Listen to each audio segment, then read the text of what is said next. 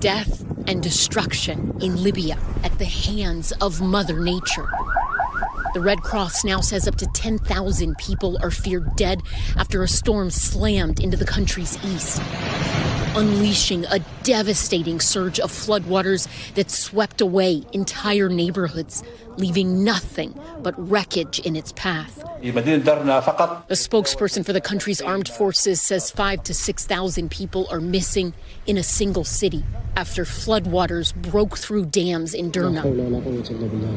Now bodies covered in blankets are laid out along a sidewalk outside of a medical complex. Horrific evidence of the storm's indiscriminate brutality. This volunteer pleading for God's protection, saying we are still looking for the victims.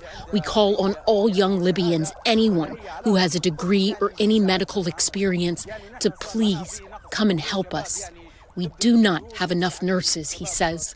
We need help. The exact death toll is difficult to know. The health minister for eastern Libya says that's because they believe bodies are still trapped under the rubble. And when the floodwaters receded into the Mediterranean Sea, some bodies went with it. Thousands of people have lost their lives, thousands of people have lost their homes, and thousands of families are stranded or lost. More help is on the way. Turkey says they are sending 3 aircrafts carrying search and rescue teams. U.S. President Joe Biden following their lead, saying in a statement on Tuesday, quote, "In this difficult hour, the United States is sending emergency funds to relief organizations and coordinating with the Libyan authorities and the UN to provide additional support.